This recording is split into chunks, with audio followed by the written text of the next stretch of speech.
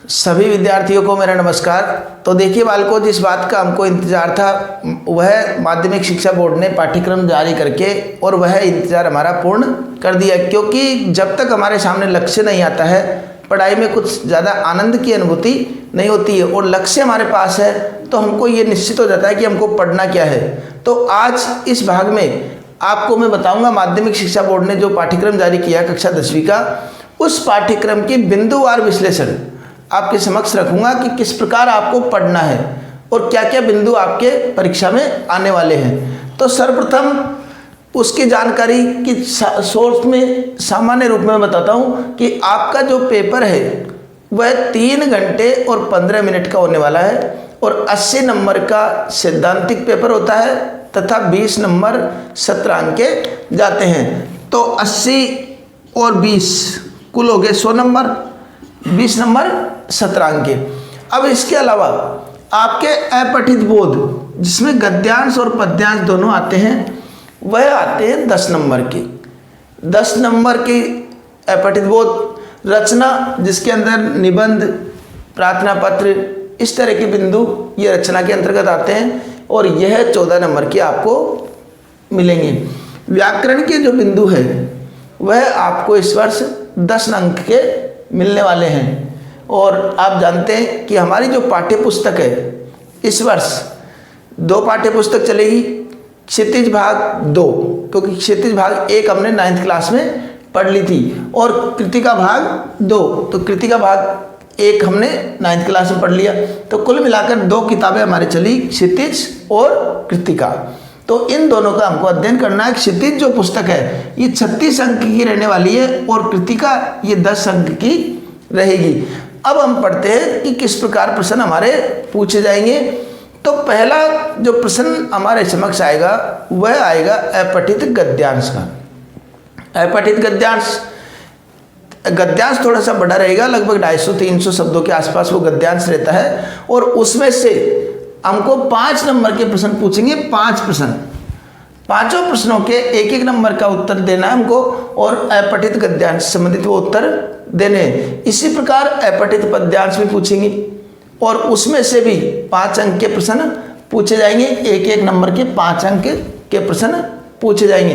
तो अपठित और गद्यांश और पद्यांश, अपठित से तात्पर्य होता है जो हमने पढ़ा नहीं हो, अर्थात ये पाठ्य पुस्तक से संबंधित नहीं रहेगा, ये बाहर से कोई सा भी गद्यांश हमसे पूछ सकते हैं, और इनका अभ्यास भी मैं निरंतर कराता रहूँगा। अब आते हैं हम रचना से संबंधित प्रश्नों पर। तो रचना से संबंधित प्रश्नों में सर्वप्रथम निबंध आएगा, और निबंध जो छोटी कक्षाओं में और बड़ी कक्षाओं में सभी में निबंध आता है, लेकिन उनमें अंतर रहता है। अगर उच्च कक्षाओं की बात की जाए तो उनमें निबंध के टॉपिक दिए जाते हैं और हमको निबंध लिखना पड़ता है, लेकिन आपके सुविधा के लिए आपको निबंध के साथ साथ उसके कुछ संकेत बिंदु भी आपको दिए जाएंगे, और उन संकेत बिंदुओं के आधार पर हम निबंध लेखन का कार्य करेंगे।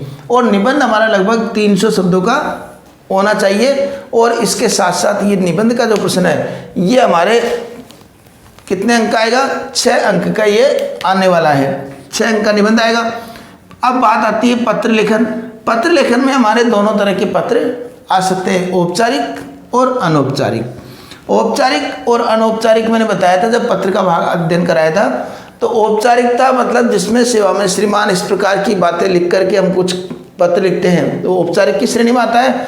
और अनौपचारिक में जैसे पिता को, माता को, भाई को, बहन को, इस प्रकार के जो पत्र लिखे जाते हैं वह अनौपचारिक में आते हैं। लेकिन ये भी विकल्प के साथ आएंगे। विकल्प का मतलब हमारे सामने वो रहेगा कि इसमें से पत्र औपचारिक या अनौपचारिक कौन सा आप करना चाहते हो। 2 पत्र आएंगे, दोनों में से एक करना होगा, और ये कुल 4 अंक का आने वाला है।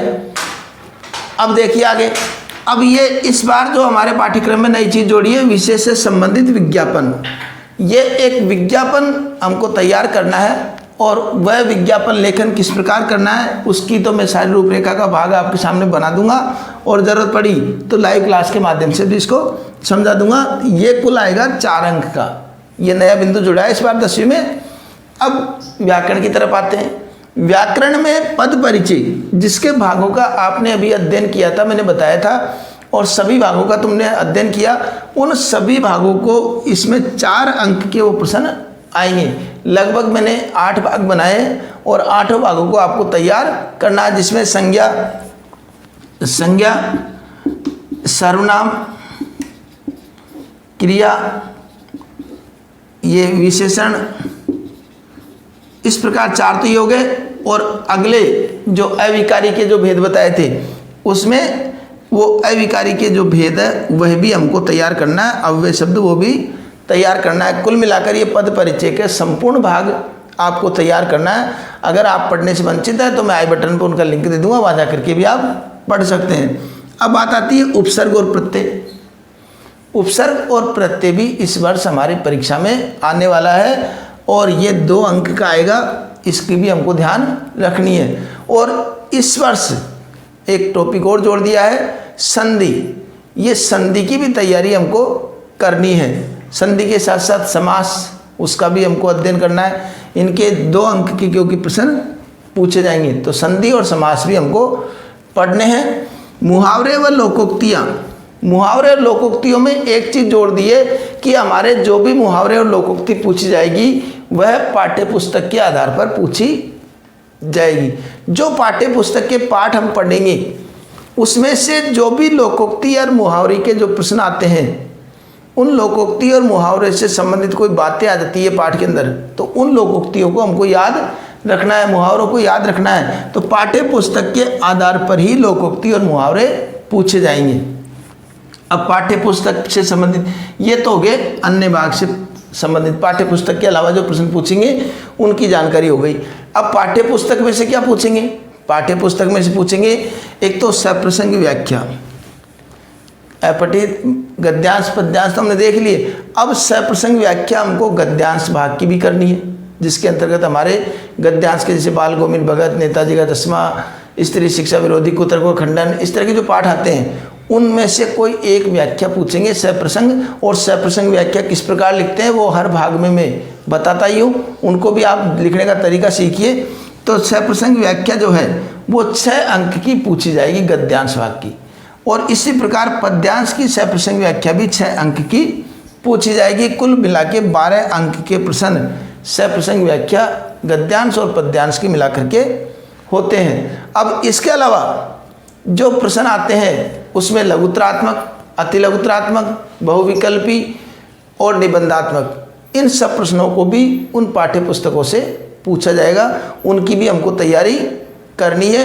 और उन प्रश्नों के अलावा एक चीज़ और पूछी जाएगी, किसी कवि अथवा लेखक का परिचय, किसी रचनाकार का परिचय, जिसके जीवन का संक्षिप्त परिचय हमको देना है। उसकी जन्म, मृत्यु, कौन से पुरस्कार जीते हैं, कहाँ क्या उपलब्धियाँ हासिल की है, और इसके अलावा उन्होंने कौन कौन सी रचनाएं लिखी है, कौन से क्षेत्र में विशेष काम किया है, क्या योग्यता है, इस प्रकार की समस्त बातें उस रचनाकार के बारे में आपको देनी है। जैसे मैं पाठ प्रारंभ करता हूँ तो उस पाठ प्रारंभ करने के साथ साथ आप देखते होंगे पाठ का परिचय भी मैं, उस लेखक का परिचय भी वहाँ पर देता हूँ। तो उस लेखक का परिचय भी हमको याद करना है। तो यहाँ पर ये जो पाठ्यक्रम है इस प्रकार से हम पूरी तरीके से तैयार करेंगे और आपकी तैयारी में मैं भी बराबर से आपका सहयोग करूंगा। और मैं इस चैनल के माध्यम से आपको संपूर्ण पाठ्यक्रम हिंदी का उसका पूरा अध्ययन कराऊंगा समय समय पर, और आपको जो भी सामग्री ज़रूरत के हिसाब से जो भी देना चाहिए वो निश्चित रूप से आपको मिलती रहेगी। इसलिए आप चैनल को सब्सक्राइब कर लीजिए। और इसके साथ साथ आपकी इस वर्ष परीक्षा का परिणाम श्रेष्ठ रहे, ऐसी मुझे उम्मीद है, और निश्चित रूप से आप अच्छे अंक प्राप्त करोगे। इन्हीं शुभकामनाओं के साथ मैं अब विदा लेता हूँ। धन्यवाद।